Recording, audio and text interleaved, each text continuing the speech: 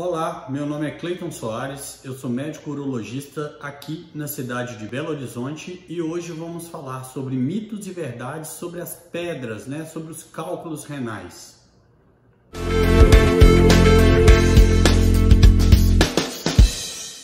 Olá, hoje vamos falar então sobre os mitos e verdades sobre os cálculos renais, sobre as pedras renais.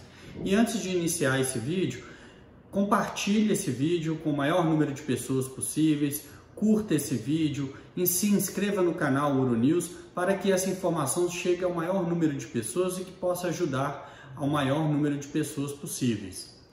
Bom, o primeiro então, que é mito e verdade que a gente vai falar é: os cálculos renais e os cálculos de vesículas, eles têm a mesma causa? Bom, isso é um mito, né? O cálculo renal normalmente está relacionado com a baixa de ingesta hídrica, sobre a baixa de ingesta de água e, consequentemente, às vezes uma desidratação do paciente ou até mesmo problemas metabólicos que fazem com que aumente o número de cristais na urina, e esses cristais, eles se aglomerando, eles formam o cálculo. Já os cálculos de vesícula, eles estão relacionados com a solubilidade do colesterol na vesícula, tá? E com o processo das bilirrubinas. Então, uma coisa não tem relação nenhuma com a outra, tá? Então, isso é um mito. Segundo, eu posso tomar algum remédio que vai dissolver os cálculos renais? Bom, isso é uma verdade, mas uma verdade parcial. Porque somente os cálculos compostos por ácido úrico puro existem medicações para ajudar nessa solubilidade, dissolver esse tipo de cálculo. Mas eles são cálculos mais raros, tá? Cerca de 80% dos cálculos eles são formados de mais de uma substância. Então, muitas vezes, não existem medicações que vão ajudar a dissolver esses tipos de cálculo.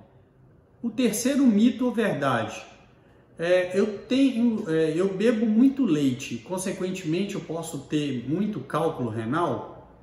Isso é um mito, tá? Apesar de 80% dos cálculos serem compostos de cálcio, a ingesta aumentada de derivados de leite não está necessariamente relacionada com o aumento na quantidade de cálculos, e também parar de fazer o uso de derivados de leite também não melhora a quantidade de formação de cálculo. Pelo contrário, em algumas pessoas, essa limitação dessa ingestão de derivados de leite, na verdade, podem favorecer a formação de cálculo, por causa de um desequilíbrio metabólico entre o cálcio e os oxalatos.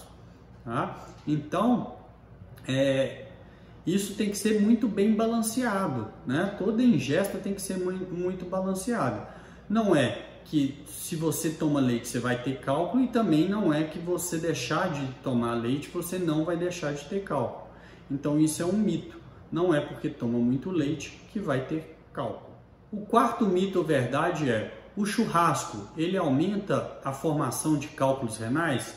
Isso é uma verdade, tá? A ingestão aumentada de proteínas e principalmente salgada, principalmente com maior teor de sódio, favorece a formação de cristais de cálcio e oxalato, favorecendo a formação dos cálculos renais. Então, a ingestão aumentada dessas proteínas, principalmente salgadas ou até mesmo carnes secas, etc., podem sim aumentar a formação de cálculos.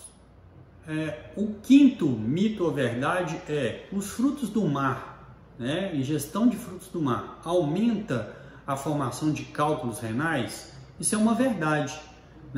A ingestão de camarões, lula, polvo, dos frutos do mar em geral, mais de uma vez por semana, eles aumentam sim a formação de cálculos renais, porque esses alimentos são ricos em sódio, E a gente já viu que o aumento do sódio, ele vai fazer com que haja um aumento do cálcio urinário e do oxalato, favorecendo a formação desses cálculos renais.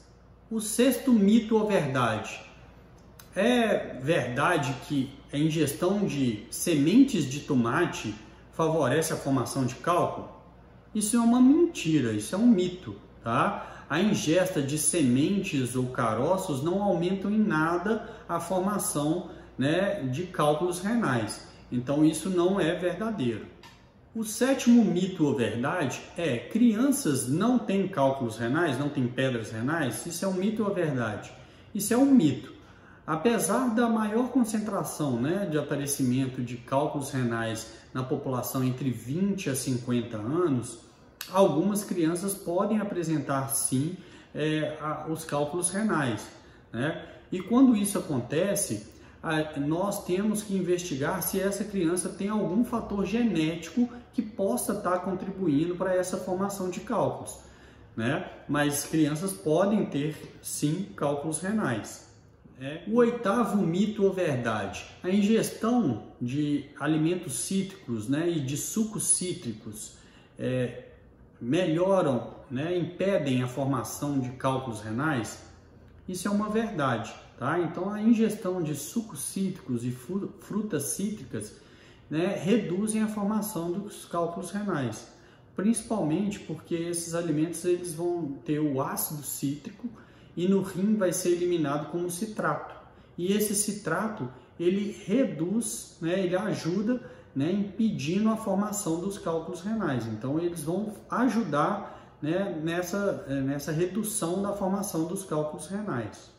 O nono mito ou verdade: durante as crises renais, mudar de posição vai mudar a dor ou favorecer a dor do cálculo renal, melhorando ou piorando? Isso é um mito, tá? As cólicas renais, elas são bem intensas, né? Normalmente ocorrem em um dos lados, na região posterior, na região lombar, ou à direita ou à esquerda, com irradiação, né? Ou seja, seguindo em direção à frente do abdômen, como se fosse em direção à região genital, à medida que esse cálculo ele progride, né, no sistema urinário. E muita gente compara até essa dor do cálculo renal com a dor do parto.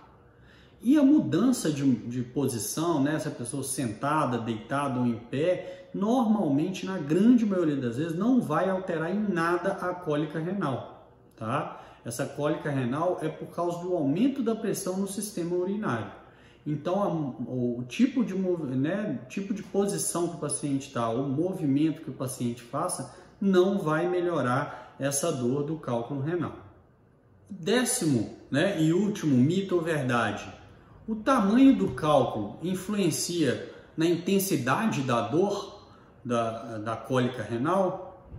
Isso também é um mito, tá? Não necessariamente quem tem cálculos menores vão ter menos dor, né, ou uma dor de menor intensidade, e nem quem tem cálculos maiores impactados necessariamente vão ter uma dor de intensidade maior, né? A gente não consegue ter essa relação entre tamanho de cálculo e intensidade da dor. Desde já eu agradeço, espero que essas informações tenham ajudado de alguma forma, né? Continue nos acompanhando aqui no canal, sempre estaremos trazendo dicas, né, sobre a urologia, e desde já agradeço e até o próximo vídeo. Muito obrigado.